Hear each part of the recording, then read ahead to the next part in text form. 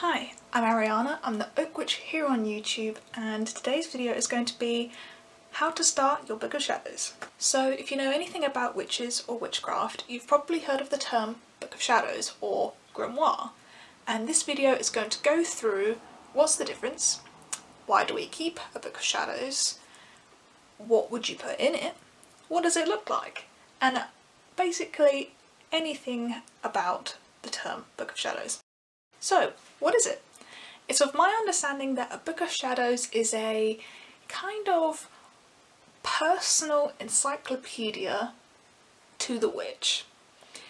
It includes everything that you practice in your witchcraft journey, and obviously this means that it's going to be a progressive journal. It's not going to be something that you're going to fill up straight away. It includes things like spells or maybe beliefs of the witch or rituals or things that the witch does to celebrate the seasons, for example. It includes everything that you would personally practice in your journey. So, to give some background context to the etymology of the term Book of Shadows, I am pretty sure it was a concept created by Gerald Gardner, who popularised and coined Wicca as a religion along the help of Doreen Valiente and many other really influential witches who eventually brought it to the US and were very influential in the spread of witchcraft and modern witchcraft as we know it today. Whether or not you are Wiccan or not, it doesn't matter to me. I feel like you can still have a Book of Shadows and not be Wiccan or have it tied to being a Wiccan at all, in my personal opinion. Of course, you can have a witchcraft journal and not call it a Book of Shadows if you don't want to, if you didn't want your practice to be related to Wicca. So, why do we keep one? Well, we keep a Book of Shadows almost like a personal text that you can come back to refer to, whether it be a memory jog or it's your place where you store your spells. So if you want to figure out what that spell was again, you look back into it. And it's almost like a record of what you've been practicing and how far you've come in your journey. So, what do they look like? Well, a Book of Shadows can look like anything, really. I think there's a misconception that it needs to be this lovely tome, and maybe that was probably influenced by Charmed. But it really doesn't have to be anything that looks like it's come out of like a medieval library. Like it can be anything. It can look like anything, really. Anything that has words. That's essentially what it could look like. It's really up to you personally as a witch. So what should you put in it? Well, this is debated. I see a lot of different opinions about what Book of Shadows is versus what a grimoire is. And me personally, how I sort of keep my Book of Shadows and my grimoires and other sort of spiritual texts is my Book of Shadows is something that is personal. It's something that holds all of my progress as a witch, and my grimoires would be things that include, quote, objective information. For example, these are my polytheism grimoires, and I made these in, this one was 2016 and this is 2015. So a few years ago now, but they include information about different gods from different pantheons, not just the pantheon that I worship. So I've done the Hindu gods, I've done the Norse gods, I've done the Roman gods and the Greek gods, and I've done bodhisattvas, and I've done the Celtic gods, and so on, you know, Egyptian, Slavic. I compiled them all into grimoires. So I guess as my practice develops, I can go back to, you know, a page or a pantheon and almost have it as like a reference, like a personal reference. So grimoires can include anything. They're essentially, or at least to me, they are essentially textbooks of spiritual information. That's how I see it. I mean, my first grimoire was a little symbol book, just including information about symbols across different spiritual traditions.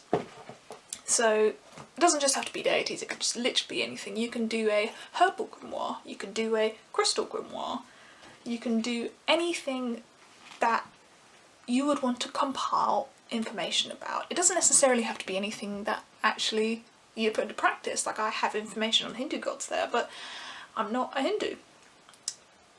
It just greatly interests me. So yes, they can essentially include information that is not necessarily personal to your practice, but it's stuff you're learning in your practice. So now I'm gonna give you some tips on how to get started in writing your Book of Shadows. And my first tip is to get a binder. It is a lifesaver in my opinion. My first Book of Shadows was actually this book, and I was too scared to write in it. I was so worried about messing up the pages, and then, you know, what if I want to reorganise it later, you know, what if I make a mistake, I have to rip out the whole page or draw over it. I was so worried about what it was going to look like, because I'm a fairly artistic person and I wanted things to be as perfect as they could be. I'm also a perfectionist. But yes, so I was way too worried that I never wrote it. I've had this book for years and it's still mostly empty. Now I've changed it to a book of mirrors so that I'll get full more, but I never wrote in it for ages because I was too scared. And I think actually it's hindered my progress as a witch. I think I've soaked up so much information over the years and I never wrote it down because I was way too scared to write in my Book of Shadows. So, to combat this, I'd say to any beginner witch, or any witch, get a binder. It will relieve so much stress. If this doesn't bother you, if you're just chaotic in your writings, then I guess it doesn't matter. But if you're anything like me, get a binder. It is a lifesaver. And binders doesn't necessarily have to mean that they look ugly either, because that's another thing. These books are beautiful. I mean, they do look really witchy, right? But getting a binder doesn't mean that they don't have to be that way. This was a present to me by my lovely mum, but it is an example of how lovely they can still look as a binder. To my knowledge, this is from Etsy and it's slightly pricey, so this isn't really a good budget tip for something that looks like this anyway. But you can buy a binder, you can get one from your stationery store. This is from Paper Chase and wasn't too expensive. You can draw on them, you can bind it in fabric if you wanted to, you can stick stickers on there, you can do all sorts of things because it is yours. Do whatever you want. You can get binders that are way thicker than this also, but obviously binders leave a lot of room to add things in. You can get different sizes of binders, not just A4, you can get A5 or A3 or whatever, whatever, and this also means that if you make a mistake on a page, you can just take it out. If your craft changes and you want to redo a page, you can take the page out and redo it and then put another one back in. I have actually redone so many pages since starting this, and it's just been so nice. I can just undo the binder, take the page out, throw it away and redo it, and my brain is still happy and it still appeases that perfectionist side. It really is a lifesaver. I recommend it to everyone when I talk about Book of Shadows because you see it constantly. You see people buy, and these books aren't necessarily that cheap either. You see people buy these books and then they just never write in it. And it's sad because I think it's a really useful part of the journey, a really fun part of the journey to write in a Book of Shadows. So, binder. I've stressed that enough now. So my second tip would be to I have a digital book of shadows too. Having an electronic book of shadows helps me by being able to type up all my information, make sure that it's perfect and how I want it to be laid out before I handwrite it in my book of shadows. It saves me a lot of stress and I'm not very good at wording my sentences. I'm not very articulate, I'd say, so it's definitely something that helps me perfectly lay out how I want my book of shadows to look before I go right into writing and then making mistakes along the way and then having to redo the page later anyway. So I really recommend making an electronic book of shadows. And some people just stop there. Some people's book of shadows are just electronic, and that's completely fine too, you know. If you're not interested in handwriting or having a physical book of shadows, that's your prerogative. It's really up to you. So my next tip is kind of already been talked about, but it's the concept of planning your pages. You want to make sure that you know how it's going to look before you write in it. And maybe this just comes from a really perfectionist brain, but I do this and it really helps me in making sure that the end result of my page looks something that I'm really proud of. So for example, I'll show the first page, I'm not showing anything more, but obviously this isn't content, this is just a title page, but for example, I found a frame, I downloaded it, I did the watercolours and then I wrote over it. I knew what I was going to write before I just went in. It's a very sort of trivial tip, but it definitely helps. It definitely helps in making sure that your book of shadows turns out to be something that you really like to look at. Because that is the whole point, right? You know, you want to be enticed by a book of shadows in a way. You want to be able to look in it and flick through and to be like, wow, I like these pages. So it makes you want to go back and read the information. This next tip is something which I talked about a lot in my tips video for beginner witches, is to research your information properly. And this goes hand in hand with your practice in general, but it's the idea of, you know, you want to make sure that the information you're putting in your book of shadows is something which makes sense to you. It's something that you have researched and you feel a connection with, and you feel that actually this is a part of your practice, or could be a part of your practice. It doesn't have to be something which you're necessarily doing straight away, although I do that.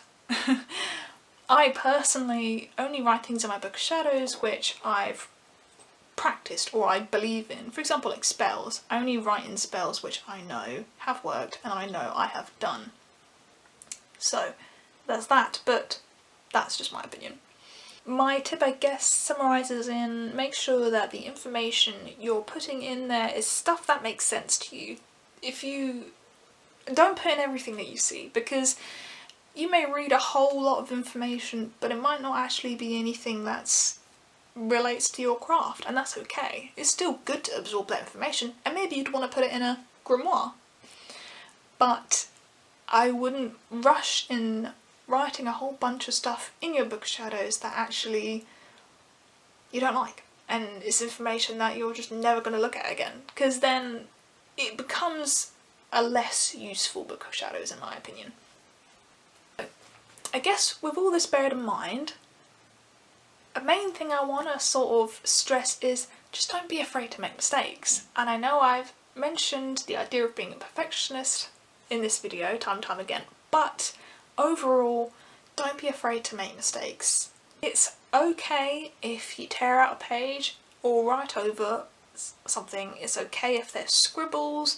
It's okay if it doesn't look like a magnificent medieval tome. It's okay. Anything that is personal to you makes it magical. It doesn't have to be this Instagrammable, picture perfect book. So long as it's you writing it and so long that it's magical to you, then it's going to be magical, isn't it? So it doesn't matter. Now I'm going to go through a rough list of what you could include in your Book of Shadows. And obviously this isn't going to include everything, it's just a rough list of what I think you could include in your Book of Shadows. So, like I've shown you, you could do a title page. They're always fun to make. You could do a protection page. So in my Book of Shadows, I've put up a protection ward to keep away prying eyes. A protection sigil. You could do. You can make a ritual out of it. It can be anything you really want. You could do an About Me page, so you could include your name. If you have a witch name, you could include that in there. Your date of birth. If you're really into astrology, you could include your signs. You could include your natal chart. You could include horoscopes in there, I guess. Numerology. There's all sorts of things that relate to your identity which you could include in there. You could write a little paragraph about yourself, your hobbies, your interests, what you look like. You can include like a little Facebook profile for your Book of Shadows if you would like. Next you could include what is magic. As magic is essentially the fundamental baseline to witchcraft, you could include a little bit about what it is, what does magic mean to you, how do you see magic, etc, etc. It would include sections on energy work, you know, what is energy, meditation, centering, grounding, how you do those, what works best for you, warding, protection, energy work, shielding. The list is endless when it comes to energy work. But yeah, you can include something about that. Include the elements, so correspondences of fire, water, earth, air, spirit. They're quite, you know, again, fundamental baselines to magic, and it's something that a lot of witches write in their Book of Shadows because it will frequently come up in your practice. Include maybe magical alphabets that you work with, so there's the Theban alphabet, there's runes such as, you know, the Elder Thuthark or Younger Thuthark or Anglo-Saxon Thuthark. There's so many, but you could include maybe one of those if there's something that you want to incorporate in your practice a lot more, or something that you already work with. Some witches actually write in runic writing, for example, which I think is really cool. I don't necessarily know how to do it off the top of my head, so I'm not sure if I could do it, but I think that's something that you could definitely do, and then include like a little legend of what each rune relates to, what letter and how to write in runes, for example. That could be something you would want to include. You could include types of magic, so this could be colour magic, this could be numbers, it can be candle magic, this could be herbal magic, days of the week, planetary magic, lunar phases, this could be, the list goes on and on and on. Sigil magic, petition magic, there's so many, there is so many, and these will be things you can pick up along the way. There's not a rush to write everything in at once, and that's something you need to remind yourself, you know, you don't have to write everything all at once in your Book of Shadows. It's going to take time, as your practice and your craft is a lifelong journey, so will be writing in your Book of Shadows. You'll pick things up as you go along. You could include the Seasons of the Witch, the Wheel of the Year, whether you see it from a Wiccan perspective or a more traditional perspective. Whatever celebrations or festivals that you celebrate, you could include in your Book of Shadows. You could include the history of them and your modern way of practicing these celebrations. That immediately fills up a massive part of your Book of Shadows. You could include a divination section, so this could be tarot, using a pendulum, runes, this can be scrying, this can be a Ouija. There are so many different methods, and you can write in whatever ones work really well for you in your craft. So you could include tools that you use in your witchcraft, and this could be an athame, this could be a besom, cauldron, bowline. There are quite a lot of tools, so you could do some research on those. You can research the history of those tools and how they have been used and how they are being used, and how you personally use them in your craft. This next one is again another really broad one. You can include information on deities, spirits, ancestors, generally beings that you come across in your craft. I'm personally going through deities that I work with and making profiles, like about me sections for my deities, and I'm including that in my Book of Shadows, and that's a project I'm currently working on. So yeah, you could do something like that. So you could also include spells or rituals or incantations, charms, talismans, or whatever practice you've done or spell working you've performed in your craft. You can include it in your Book of Shadows. You could include recipes that you've come across in your witchcraft journey, whether this be making moon water or rose water, or whether this is something that's relating to incense, your incense blends that you've made. This can be any recipe that you just want to write down so you have memory of it, you have a note of it, and if you need to go back, you can look into your Book of Shadows and say, oh, this is how you make that, and then use it to jog your memory. So yes, those are just a few things which you could include in your Book of Shadows. Now, that obviously is not everything. There are so many things that you could include in your Book of Shadows. The main important thing I would say is that it should be things that are important to you and things that are personal to your practice. You wouldn't, and I emphasise this because you wouldn't want to find yourself in a position where actually your Book of Shadows is just a copy of someone else's, and you'd want your craft to be authentic to you. You want to be able to write things in there which actually make sense to you and which you know. If you're just copying someone else's thoughts, then sometimes the information isn't processed properly, and sometimes actually you're not believing what you have written down. Overall, the main thing which I hope that you follow when making your Book of Shadows is to have fun, because I think it should be a really fun process. It's a book that you're going to just treasure and hold really close to your heart, and it's going to be something which is completely your own creation, and I think that's magical in and of itself. So yeah, that's it from me for this video. I hope that this went through how to start a Book of Shadows adequately. If you have any questions, like always, please comment or talk to me on Twitter and I'll happily get back to you. We can have a little discussion. And yeah, thank you for watching this video. I really appreciate it. I appreciate all the support people have been giving me on this new channel. It really means a lot to me. So thank you so much and goodbye.